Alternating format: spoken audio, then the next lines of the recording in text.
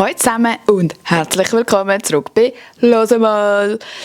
Ich habe Feedback bekommen. Ich finde meine Intro-Musik super geil, hammer, sexy und ich auch. Darum freut es mich sehr. Falls ihr irgendwelche komischen Hintergrundgeräusche hört, ich bin heute in der Stube. Das heisst, es sind 2 Hunde am Rumlatschen. Die Coco sieht man sogar im Video. Ich bekomme auch übrigens viele Nachrichten von euch wegen dem Video. Was ist mit euch? Wieso schaut ihr Podcasts mit Video? Es freut mich, aber gleichzeitig bin ich so, was macht ihr? Podcasts sind da, zum hören, während man etwas Besseres macht. Mein Podcast ist eigentlich eure Nebenbeschäftigung und ihr nehmt es zur Hauptbeschäftigung. Das finde ich einfach weird. Aber irgendwie geht es im Moment nicht, um es auf Spotify aufzuladen. Irgendetwas stimmt mit meinen Dateien nicht. Und ich weiss nicht was, weil ich habe alles probiert und es funktioniert nicht. Darum bin ich jetzt einfach auf meinen neuen Laptop am Warten. Ich habe einen neuen Laptop bestellt für fucking 3000 Stutz. Fick mein Leben, Alter. Aber ja, ich muss halt einfach sagen, es ist mein Job. Ich muss das Geld investieren. Aber ich will das Geld nicht investieren. Ich würde wirklich lieber 400 Mal Schuhe bestellen als das. Ja, wo bin ich? Ich will nicht Geld ausgeben für Technik, aber ich muss Geld ausgeben für Technik. Ich habe die Hoffnung, dass es wieder besser funktioniert, wenn ich einen neuen Laptop habe, der nicht die ganze Zeit abverreckt, wenn ich probiere, Podcasts aufzuladen.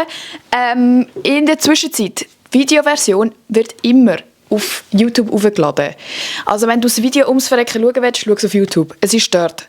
Hört auf mich irgendwie so. Es ist cool gewesen, aber wann gibt es wieder mal eine Videofolge? Alter, also wird so der Podcast von dem abhängen. Ich bin ein bisschen enttäuscht von euch. Was ist mit euch nicht? Aber egal. Wie geht's eigentlich? Mir geht's gut. Meine Pechsträhne hat sich actually ins Bessere gekehrt, weil wisst ihr noch, in der letzten Folge habe ich euch erzählt, dass jemand Loki probiert mich zu erpressen. Turns out, es gibt gewisse künstliche Intelligenzen, die man heutzutage nutzen kann, um Face Recognition machen, und ich habe die Identität von dieser Person herausgefunden. Die Person weiss das nicht, aber falls du das hörst, du kleine, nette Person, ich weiss, wer du bist.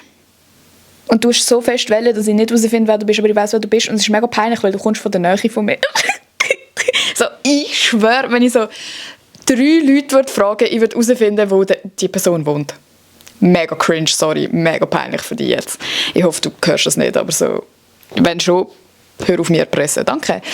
Genau, wenn ihr mit Videos schaut, dann seht ihr mein Mikrofon, es steht einfach fucking «Hör mal» drauf. Ich weiss nicht, ob man es sieht in der Kamera. Weil ich habe keine Linse drin und ich sehe actually nicht, was in der Kamera passiert. Aber es steht «Hör mal» auf meinem Paupschutz vom Mikrofon. Und das ist eigentlich so ziemlich alles, wo ich als Update zu erzählen habe. Nein, oh mein Gott, nein, die ganze Folge ist eigentlich ein Update, Leute. Weil heute ist, was ist heute? Donnerstag, am Sonntag habe ich Geburtstag und ich mache nie etwas an meinem Geburtstag. Darum habe ich heute ein bisschen erläutern, was mein Problem mit Geburtstag ist.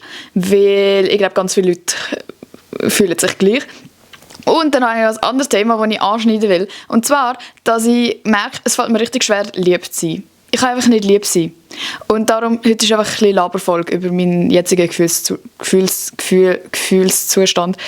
Ja, hol dir etwas Feines zu essen oder mach deine Wäsche oder räum dein Zimmer auf, irgendetwas, und hören wir einfach mal ein bisschen zu bei meinen Gedanken. Wir fangen an mit dem Geburtstag. Also, ich mache wirklich nie etwas. Und ich weiss nicht, ob ich habe das safe irgendwann schon mal erzählt, aber ich erzähle es gerne nochmal.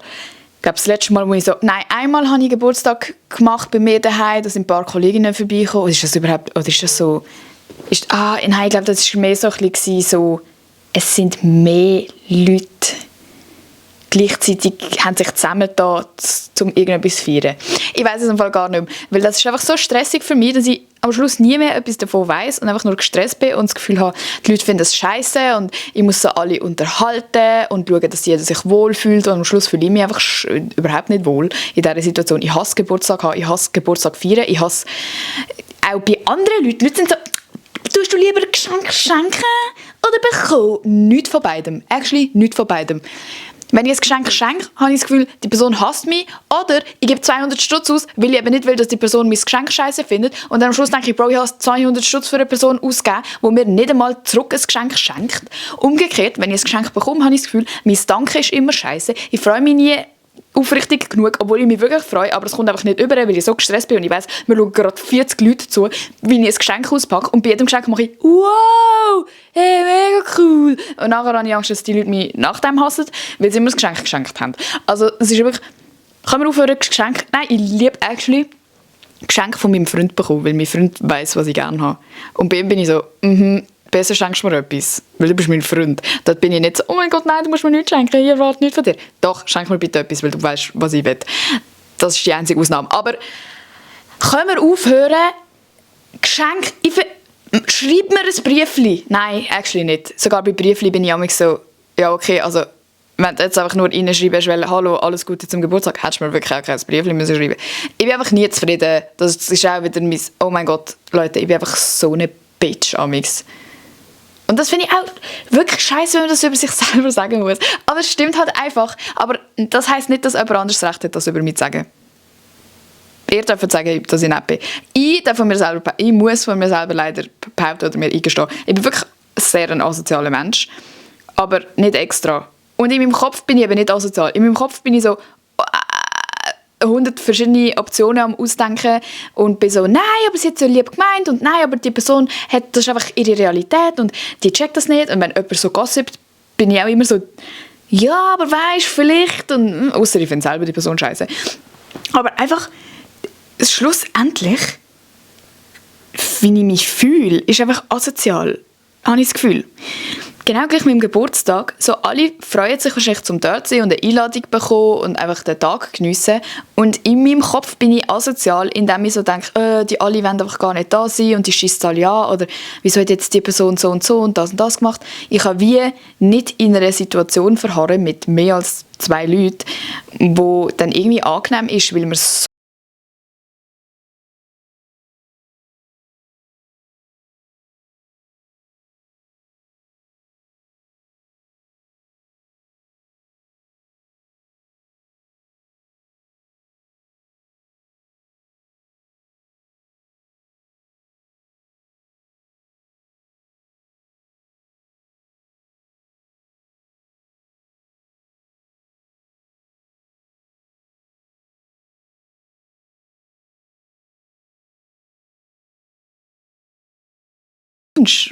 was ist mit mir nicht gut? Das ist sicher etwas, was man so aufarbeiten müsste in einer Therapie, aber so cringe. Was soll ich in Therapie gehen und sagen, ja, also irgendwie juckt es mich fest, was die Leute von mir denken. Okay, cry me a river. Willkommen im Club, es geht allen so. Darum finde ich es auch, es ist eigentlich nicht so cringe, weil ich weiss, mega viele Leute fühlen sich so. Okay, wir gehen zurück zum Thema Geburtstag. Auf jeden Fall, vor ein paar Jahren, keine Ahnung, als ich im Gimmi war, sind auf jeden Fall mal Leute bei mir daheim und ich habe ein Geschenk bekommen, das weiss ich.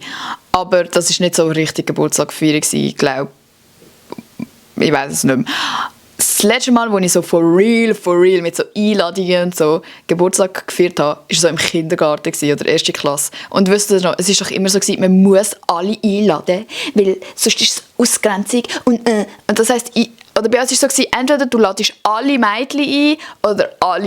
Und ich habe natürlich nur alle Mädchen eingeladen, aber das war mir schon zu viel, weil es etwa 4 Mädchen dabei gab, die ich wirklich nicht gerne hatte. Und das als Kind ja nicht können, also ich kann heute noch fast nicht damit umgehen, aber als Kind konnte ich wirklich nicht damit teilen, wenn so Leute, die ich nicht gerne hatte, in meinem Space waren. Und die haben dann auch noch alles so verunstaltet bei mir daheim und ich hatte halt so viel Spielzeug gehabt. Ich hatte das grösste Zimmer vom Haus gehabt zu diesem Zeitpunkt und mein Zimmer war pumpenvoll mit Spielzeug. Und es hat alles seinen Ort gehabt. Und natürlich habe ich alles aufräumen müssen, oder meine Mami hat aufgeräumt, keine Ahnung, Alter, bevor die Gäste gekommen sind. Und das war für mich so heilig gewesen, weil wow, es ist aufgeräumt und so viel Spielzeug. Und jede Barbie ist natürlich meine Barbie. Und jede Barbie muss dort und dort sein und die Kleider anhaben. Und nein, du darfst ihre Haare nicht abschneiden.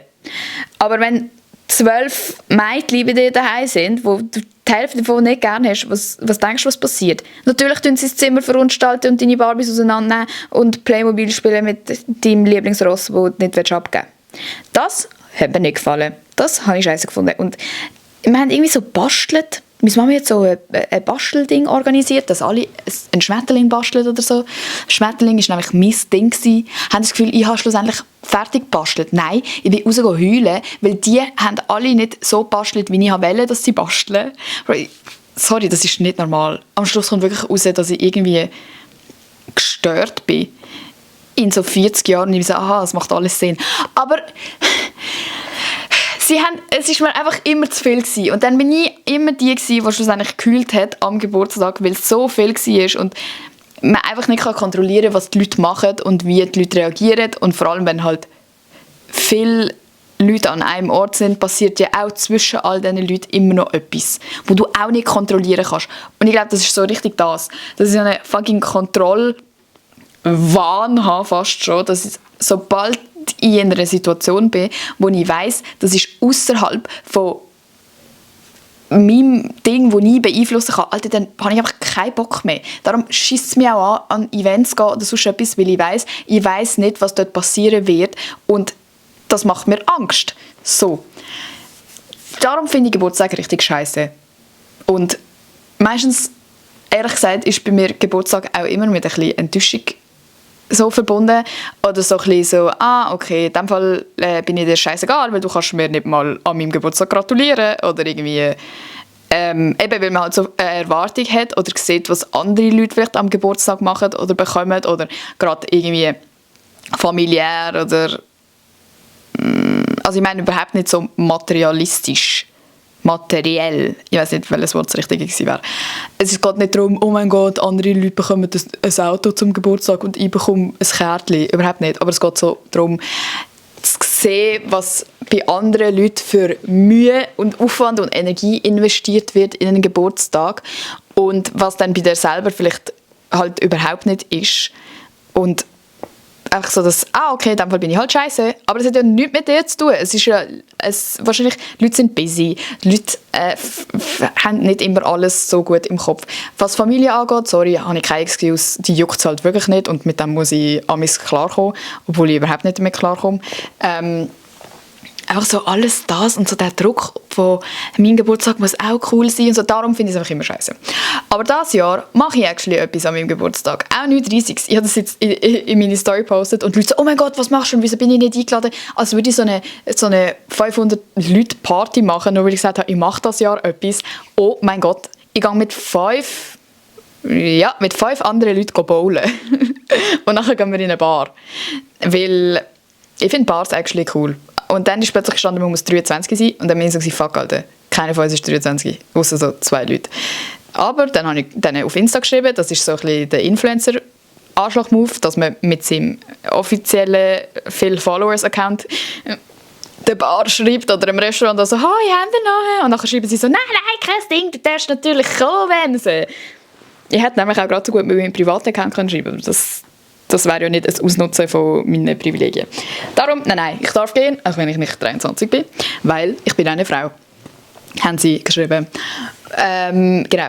Und mein Sinneswandel ist so passiert, dass, also basically vor so 3 Tagen, bin ich so fuck, Alter, irgendwie muss ich ja wirklich etwas machen. Und meine eine Kollegin, also alle meine Friends haben so gesagt, ja, wieso machst du nichts und so, aber die sind sich irgendwie auch gewöhnt und ich glaube, man gibt es mir auch, wenn man mich noch nicht 10 Jahre kennt und weiss, Emma macht nie etwas, man geht auch davon aus, dass Emma jemand ist, der das nicht macht. Wisst ihr, was ich meine?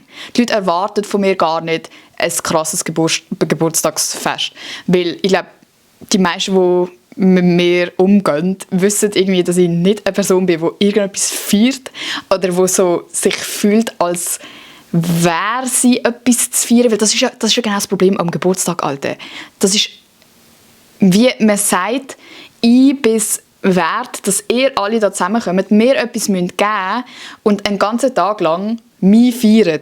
Bro, das gibt mir nur schon, um das aussprechen, gibt mir so ein unwohles Gefühl, obwohl es das gar nicht sollte. Ich finde das so cool bei anderen Leuten, wenn die so fette Geburtstagsparty machen und so, keine Ahnung, alte 1000 Stutz ausgeben für Getränke, für irgendwelche random Leute, die sie wahrscheinlich halbers gar nicht gerne haben. So, ich finde das hure impressive, weil es geht um den Moment. Und es ist auch scheißegal, wenn 50 Leute kommen, die gar nicht so richtig gerne haben, einfach weil sie am Geburtstag sein wollen. Weil am Schluss hast du wahrscheinlich hure coole Memories und kannst so sagen, oh mein Gott, an meinem 18. Geburtstag habe ich einen Raum gemietet und 500 Leute sind drin gewesen. Und wir haben, am nächsten Tag habe ich gekotzt und geschissen und ich weiss nicht mehr davon, aber wow, mein 18. Geburtstag war lit gewesen. Wisst ihr, was ich an meinem 18. Geburtstag gemacht habe? Ich auch nicht. Wahrscheinlich bin ich essen oder so. Und an meinem 20. Geburtstag bin ich in einem Europapark mit meinem Freund, zu zweit. Und das ist auch cool. Aber weil ich ja sehr obsessed bin mit Reality-TV im Moment. Und die ganzen Beverly Hills Bitches, die machen natürlich riesige Geburtstage. Alter, die sind einfach, die eine hat in einem Stadion eine Party gemacht. White Party. Die Kyle Richards, Leute, wenn ihr Real Housewives of Beverly Hills schaut. Ich bin jetzt fertig mit allem und es ist richtig traurig, weil jetzt habe ich nichts mehr zum Schauen. Auf jeden Fall. Ich bin jetzt auch ein bisschen in die Stimmung gekommen, weil ich die ganze Zeit Reality-TV schaue und so gesehen habe, oh mein Gott, haha, das ist ja eigentlich fun, wenn du so hosten kannst und so. Und meine Kollegin von mir hat fast gleichzeitig wie ich Geburtstag und sie hat auch schon so mega lang, ist sie so am Planen, wie sie es so machen will und so. Und ich habe auch Party... Ich habe das in der letzten Folge erzählt, sorry, Alter, falls ich das schon mal erzählt habe. Aber ich habe auch in letzter Zeit Einladungen bekommen zu Partys, eben, das habe ich erzählt, mit so Dresscode und so richtig schön so gestaltet, so hey, dann und dann musst du kommen und so. Da bin ich so, oh mein Gott, alle machen das und keiner schämt sich, um das zu machen. Und ich freue mich über jede Einladung. Wieso würde ich das dann nicht machen? Ich habe definitiv nicht so eine Einladung gemacht und ich habe definitiv keinen Dresscode ausgesprochen. Doch, ich habe gesagt, legt euch an, als wäre der 23. Das war mein Dresscode. Aber ich habe reserviert. Ich habe das Bowling und die Bar reserviert und ich habe Leute eingeladen und einen Gruppenchat gemacht und gesagt, legt euch an wie 23. Das ist wirklich schon mehr, als ich jemals gemacht habe.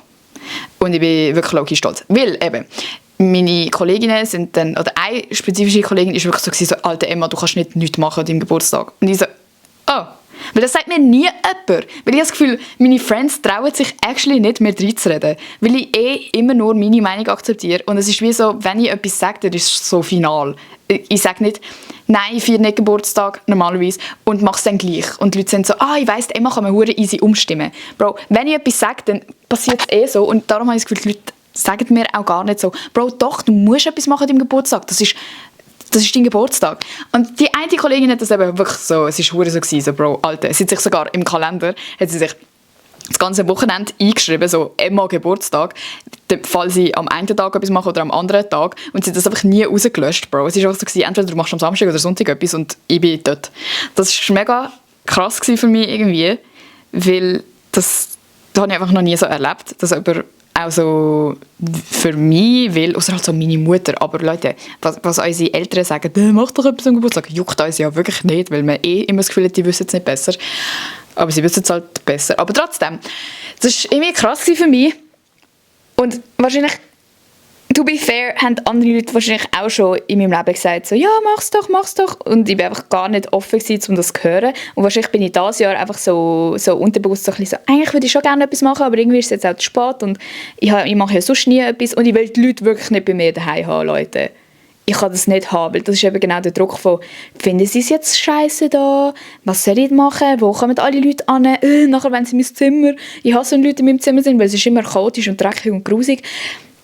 Ich könnte natürlich auch einfach aufräumen und putzen und schauen, dass es angenehm ist da, aber es wird nie angenehm genug sein, weil ich einfach so gestresst bin, dann, dass wirklich das kleinste Staubkorn ein Problem darstellen wird.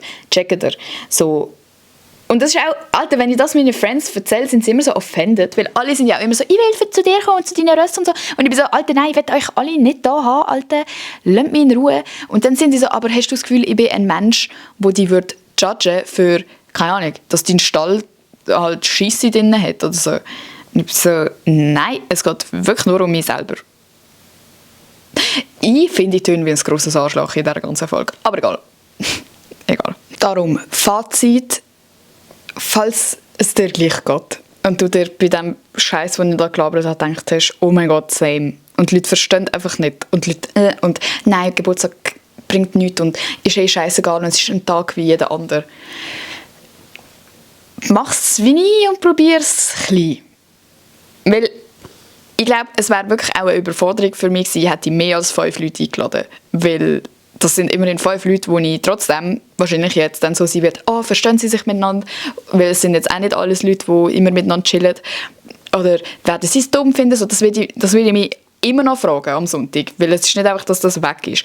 Aber ich werde probieren, das ein bisschen loszulassen, weil am Schluss des Tages, das sind alles erwachsene Leute. Das ist komisch zu sagen, wir sind definitiv nicht erwachsen. Aber rein theoretisch sind wir alles erwachsene Leute. Und alle haben mich gern, das heisst, wieso würden sie einander nicht gern haben? Und wenn sie einander nicht gern haben, dann sollten sie mich genug gern haben, um so zu tun, als hätten sie sich gern an diesem Tag. Weißt du, was ich meine? Und mein Ziel für den Sonntag ist, dass ich nicht heule an meinem eigenen Geburtstag, obwohl ich das immer mache, aber das Potenzial ist hoch. Weil es gibt gewisse Konflikte, die bestehen, die so machen, dass mir wichtige Leute wahrscheinlich überhaupt keine Aufmerksamkeit schenken werden an meinem Geburtstag. Und mit dem muss ich klarkommen. Aber gleichzeitig bin ich so, fuck you, Alter. Wieso muss alles so scheiße sein? Ja, aber das muss ich halt lernen. Und ich freue mich. Ich freue mich actually. Ich habe mich noch nie gefreut. Auch wenn ich etwas gemacht habe, ich habe mich nie gefreut. Ich habe immer Angst gehabt davor, was passieren wird. Und jetzt freue ich mich, weil es ist... Bowlen ist immer lustig, auch wenn ich es überhaupt nicht kann. Und die Leute sind toll. Und... ihr kennt ja die Eileen. Die Eileen ist die Kollegin, die mich gezwungen hat. Und dann kommt mein Freund und Philippa und Lynn, also die Telenovela, die kennen ihr. Die Philippa kennt ihr auch, wenn ihr die zweitletzte oder so Folge gehört habt. Und wer kommt noch? Noch eine andere Kollegin, die ihr nicht kennt. Doch, oh mein Gott, die ich erzählt habe, dass ich Beef habe mit jemandem, dass ich fucking Friendship Breakup hatte und es richtig scheiße ist und ich mich eigentlich einfach entschuldigen kann. Ich habe ihr geschrieben. Und dann haben wir uns versöhnt. Wir haben einfach gefacetimed, nachdem ich habe so geschrieben, hallo, hast du mich noch gern oder so. So ein WhatsApp-Snap. So, mit so, kannst du bitte ankreuzeln, ob du mich noch gerne hast. Und dann haben wir weiter geredet. Und dann haben wir gefacetimed und dann haben wir so low-key nicht darüber geredet, sondern einfach Live-Updates gegeben. Und dann haben wir irgendwann so wirklich probiert, ein bisschen darüber zu reden, aber haben uns einfach geeinigt, dass wir sind wie Geschwister, die streiten und einfach wieder befreundet sind. Und wahrscheinlich haben wir haben so alle 2 Jahre so haben wir mal so ein Beef. Und das ist ja wirklich so ein bisschen wie Geschwister, oder? Ist das eine wahre Freundschaft? I don't know. Weil ich bin wirklich hässig gewesen. Wenn du das hörst, ich weiss, du hörst. Sie hat doch die ganze Zeit meinen Podcast nicht gehört, wo wir Streit hatten. Und ich bin ja die ganze Zeit so, vielleicht hört die Person zu. Das wäre ein bisschen awkward. Sie hat es nicht gehört und dann hat sie alles nachher gehört. Und dann war sie so, oh mein Gott, du hast richtig Scheiße über mich geredet. So, Alter, logisch ist die Scheiße über dich. Du bist auch eine kleine Sau. Period. Wenn wir jetzt noch zum Teil kommen, wo ich eigentlich erzähle, wieso dass ich das Gefühl habe, dass ich einfach nicht nett sein kann. Alter, das ist im Fall richtig schlimm. Und das ist eine richtig schlechte Qualität. Und ich merke auch, wie Leute haben Angst vor mir. Und ich bin immer so, wieso hast du Angst vor mir? Oder so, keine Ahnung, wenn die Leila oder Philippa oder irgendjemand sind so, ja, am Anfang habe ich gedacht, du bist richtig arrogant und scheiße. Alter, was? Das verstand ich actually nicht. Weil die Leute kennen mich ja noch gar nicht, wie ich in echt bin. Und meine Videos sind ja einfach so ein bisschen sarkastisch. Aber Leute, die mich halt auch von in echt kennen oder so Events oder so, wo ich halt einfach auch diesen Humor habe und die Leute checken es amigs nicht, sagen auch so, oh mein Gott, ich habe so Angst vor dir gehabt. Ich bin so, oh mein Gott, ich will nicht, dass die Leute Angst vor mir haben. Könnt ihr aufhören, Angst vor mir haben? Ich bin ein kleiner Furz, Alter, der dumme Scheiße redet die ganze Zeit. Jedes zweite Wort, das ich sage, ist irgendwie Gacki oder so. Lache einfach. Und das finde ich richtig scheiße, dass die Leute Angst vor mir haben. Und das liegt nicht an den Leuten, die Angst vor mir haben. Ich finde nicht die Leute, die Angst vor mir haben, scheiße, sondern ich finde mich scheiße dafür, dass die Leute Angst vor mir haben. Checken ihr, was ich meine? Oh mein Gott, das ist so peinlich. Sorry, wie kann man jetzt dann 21 sein und die Leute haben so Angst vor dir, weil du so irgendwie angsteinflößend intimidating wirkst. Was ist das? Sorry, ich will auch so eine sein, wo so die Leute so sind, oh mein Gott, sie ist sicher so eine Nette, oh mein Gott. Ich wünschte, sie wäre meine Kollegin. Bei mir sind sie so, oh mein Gott, hoffentlich treffe ich den mal nie, weil ich habe richtig Angst vor ihr. Sie wird mir sicher nicht mal Heu sagen. Oh mein Gott, wie komme ich aus dem raus? Und das ist eben mein Problem. Ich erkläre euch. Am Anfang war das der einzige Weg gewesen, wie ich meine Meinung sagen konnte oder wie ich mich getraut habe, ansatzweise einfach eine eigene Person zu sein. Weil früher bin ich ja so schüch gewesen und habe einfach nie etwas gesagt oder habe höchstens daheim darüber geredet und dann in der Schule habe ich wieder nichts gesagt oder habe einfach meine Kolleginnen nachgelabert oder sie haben für mich müssen reden oder so.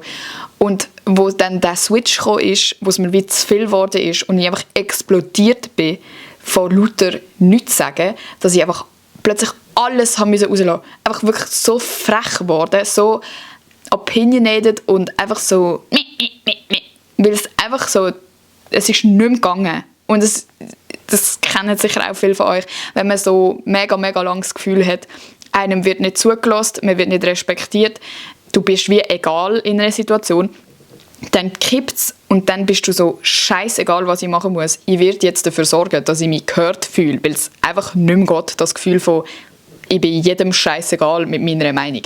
Und darum hat das ja dann in der Schulzeit so angefangen, dass ich wirklich so jedem zurückgeredet habe. Auch wenn wir eben Beef hatten in der Klasse oder so, bin ich die, die so die Meinung von allen vertreten hat gegen die Lehrpersonen. Und immer musste schlussendlich irgendwie noch so ältere Gespräche haben, so, weil die Emma ist so rebellisch und so ja, einfach sehr frech und laut und was weiß ich was. Und das ist so ein bisschen das. Und in dieser Rolle habe ich schlussendlich so meinen Comfort gefunden, weil diese Rolle ist die gehört wird. Das ist eben genau die Rolle, wo die Leute nachher Angst vor mir haben. Und ich bin so, ja, wenigstens hörst du mir dann zu. Weil keine Sau hört mir zu, wenn ich nett bin, wenn ich es probiere, anständig zu machen, wenn ich ruhig an die Sache angehe. Und das ist so ein bisschen das Problem, dass ich das so gelernt habe, obwohl es, glaube ich, nicht in jeder Situation so rauskommen würde. Hätte ich das nicht so in meiner Jugendzeit erfahren, glaube ich, wenn ich jetzt einfach immer noch eine nette Person wäre und halt einfach erwachsener und was weiß ich was, dann würden die Leute auch auf mich hören.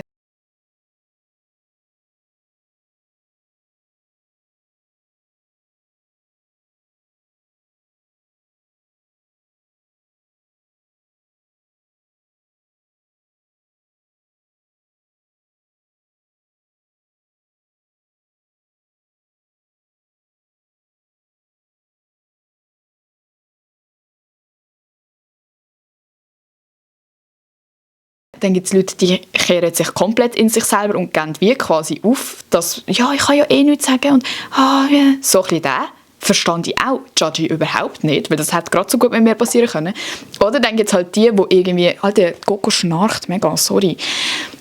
Dann gibt es noch die so komisch klugscheisserig werden, aber so ernst.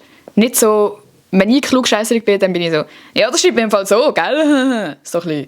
Und dann gibt es so die so, du weißt, so, sie studieren Jura und bilden sich, oder so, tun sich nur durch das, ich meinte, es ist jemand reingekommen, bilden sich, oder tun so ihre Persönlichkeit auf dem aufbauen, dass ich studiere Jura und darum hast du mich zu respektieren, weil sie wahrscheinlich auch gelernt haben, das ist das Einzige, wo die Gesellschaft so ist, oh mein Gott, die studiert Jura, die wird irgendeine Autorität haben, weil die ist ja sicher gescheit. Und der können wir zuhören, weil sie studiert ja Jura.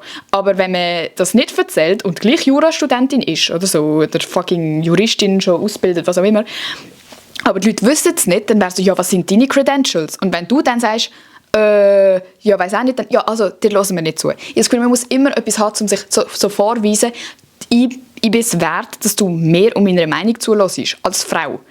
Vor allem als Frau. Sicher auch als Männer zum Teil, je nach Situation. Aber für Frauen, denke ich, ist es wirklich schwieriger. Und bei mir ist es einfach so, dass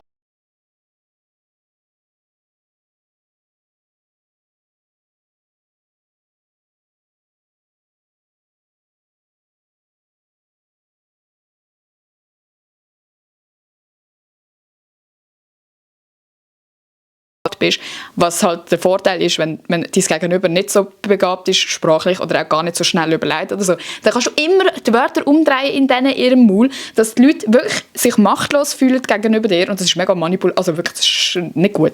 Aber das war so mein Weg gewesen. Immer, die Leute können reden und reden und reden und sie können wahrscheinlich etwas ausdrücken, was für sie stimmt, aber ich kann es nachher wieder so darstellen wie, sorry, spinnst du eigentlich? Und nachher fühlen sich die Leute auch wirklich so.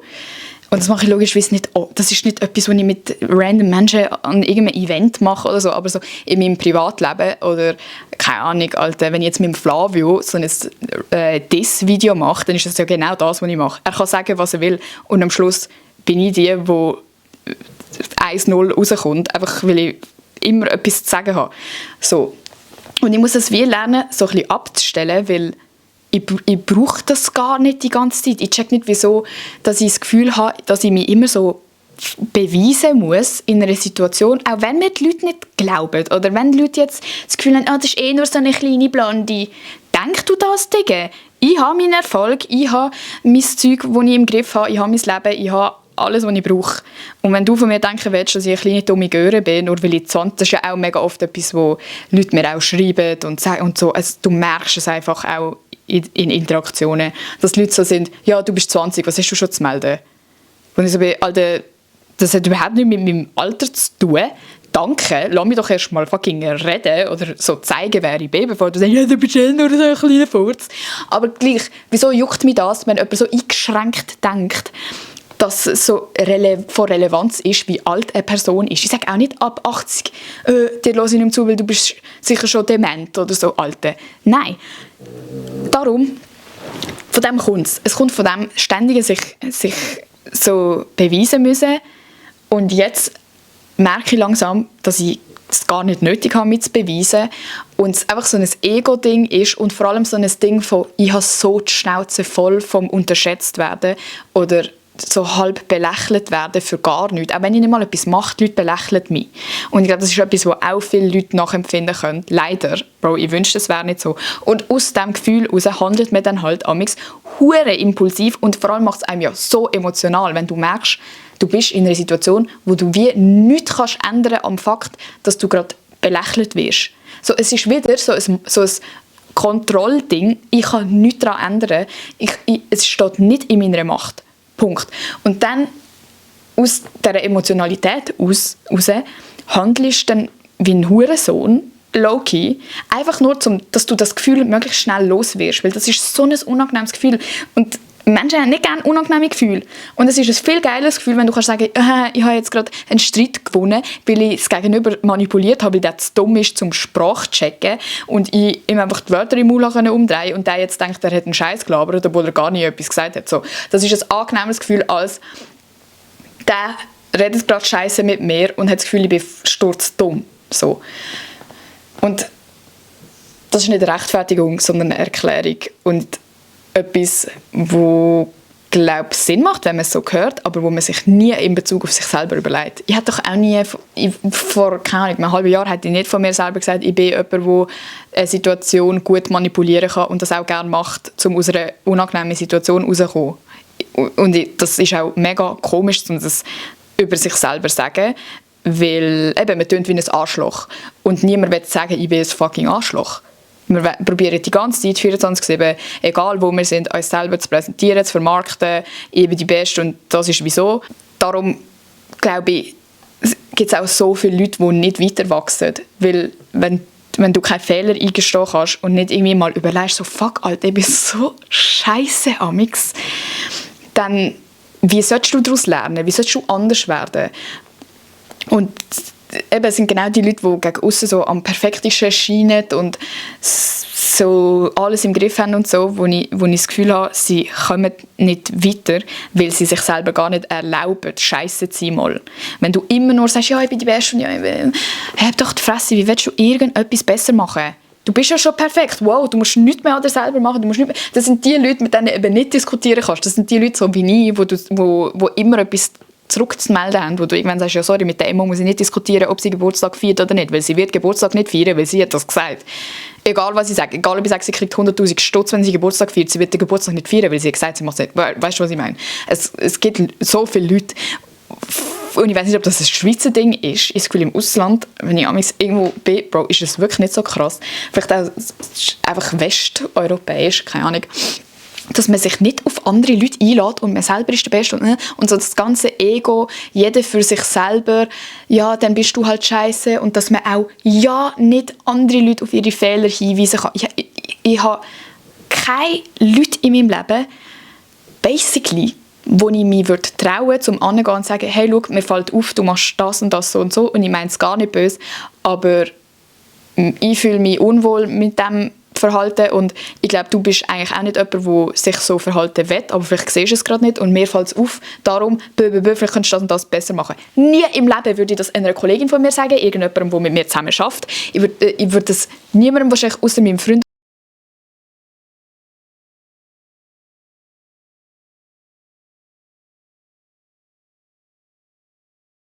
zu jemandem annehmen, aber neutral und sagt, schau, so und so und so. Und ich glaube, das ist schlecht, weil es wird diesen Space gar nicht geben. Und nachher tut sich das so aufstauen und dann eben irgendwann im Streit, oder du sagst es hintendurch, lässt dich überall deine Kolleginnen, weil sie macht ja das und sie, hast du ihr schon jemals gesagt? Nein, wahrscheinlich nicht. Und dann musst du ja, wie soll ich ihr das sagen? Alter, gar nicht, weil dann bin ich auch so, wenn ich mit Leuten über das rede und so bin, ja, soll ich dieser Person das sagen oder so, sind sie so, ja, sag's doch. Und dann überlege ich selber nochmal und bin so, ja, aber sorry, wer bin ich, um einer Person zu sagen, das und das, was du machst, ist scheiße.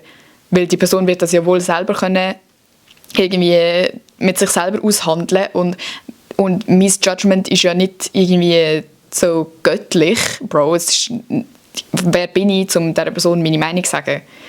Denke ich mir dann immer und rede mir selber dann so ein, damit ich ja die Person nicht konfrontieren muss, weil das ist fucking peinlich und unangenehm und das wird niemand machen. Aber ich glaube, in Realität, unpopular opinion, ist es viel besser, wenn man Leute actually hinweisen, wenn jetzt auch meine Kolleginnen zu mir kommen könnten, offen und ehrlich und sagen, alte Emma, du bist immer so auf so Kampffuß und so defensiv und fickst Leute immer so passiv an, obwohl du es eigentlich lustig meinst, aber die Leute checken es gar nicht und die Leute haben Angst vor dir. Stell dir vor, eine Kollegin von mir könnte zu mir ankommen und das sagen. Das hat noch nie jemand zu mir gesagt, obwohl das die Realität ist, dass ich so bin. Noch nie hat das jemand zu mir gesagt. Noch nie. Wahrscheinlich, weil sie Angst vor mir haben und vor allem, wie willst du das jemandem sagen, den du eigentlich gerne hast? Und das ist so, ich glaube, der Zwiespalt. Man hat ja die Leute so gern und auch die Leute, wenn du jetzt überlegst, wer dich am meisten aufregt in deinem Leben, auch wenn du denkst, ich hasse die jetzt gerade, das sind die Leute, die dir am wichtigsten sind, weil jemand, der dir egal ist, kann dich auch nicht aufregen. Das sind die wichtigsten Leute und man hat die ja so gern und es ist so schwierig, zu jemandem zu gehen, den man wirklich gern hat und schätzt als Person und die wie verletzen, um etwas Besseres hoffen, zu provozieren. Weißt du, was ich meine? Darum lassen wir es einfach alle die ganze Zeit. Aber das finde ich scheiße. Und ich würde das gerne ändern. Aber kennen Sie das Gefühl von, ja, jetzt wir sind jetzt schon 5 Jahre befreundet und wir haben das noch nie so gemacht und darum wäre es jetzt wie cringe, jetzt anfangen, einander irgendwie so probieren zu berichtigen oder so, ja, du machst den Fall. So, es wäre wie unauthentisch für die Freundschaft. Aber ich finde das eigentlich rein theoretisch, Leute, ich sage auch nicht, dass ich jetzt anfange mit dem, weil ich finde es wirklich schrecklich. Ich bin wirklich nicht jemand, der direkt jemanden anficken. Also es sollte kein Anfick sein, aber ihr wisst, was ich meine. Ich kann nicht jemanden direkt ansprechen. Ich muss es so verschlüsselt machen, damit die Person nicht offendet. Zum Beispiel irgendwie so 5-mal sagen, haha, das sagst du irgendwie immer. Haha, das sagst du irgendwie immer. Zum Ausdrücken, hör auf, das zu sagen, es regt mich auf. Haha, das sagst du irgendwie immer. Alter, ich habe so keinen Bock mehr auf das Verschlüsselte. Und es wäre doch auch ein Zeichen von miteinander wachsen, wenn man zusammen erwachsen wird und lernt, einander Sachen anständig zu sagen, um sich zu verbessern. Weil die Leute, die uns so wichtig sind, kennen uns ja auch am besten. Und dann sollte man irgendwie auch die Erlaubnis geben, um etwas anmerken und mehr weiterhelfen. Aber ich glaube, in unserer Kultur ist es einfach sofort, wenn jemand etwas sagt, ist es Kritik. Und Kritik ist Scheiße. Und das bedeutet, ich bin Scheiße, ein scheiß Mensch, du hast mich nicht mehr gern.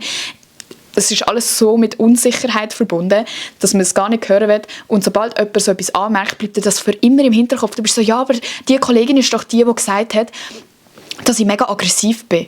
Das bleibt so fest. Überleg mal, du hast sicher so etwas im Kopf, wo du, seit dir jemand etwas gesagt hat, wenn jemand sich mal traut, etwas zu sagen, bist du so, oh mein Gott, es verändert so etwas. Und das schießt mich an, ich wünsche mir, es wäre anders. Darum vielleicht können wir das ja irgendwie fucking ändern. Unsere Generation, wow, Gen Z ist Konfrontationsgeneration. Juhu, trauen wir uns. Aber ich weiß wirklich auch nicht, wie das geht. Es ist auch gar nicht, eben, die Folge ist obviously null gedacht als so, wie die anderen Folgen. Oh mein Gott, wie du attraktiv wirkst und wie du so und so. Ich habe kein Tutorial, weil es ist ja jetzt gerade mein Struggle. Es war mehr ein Aussprechen vom Problem gewesen.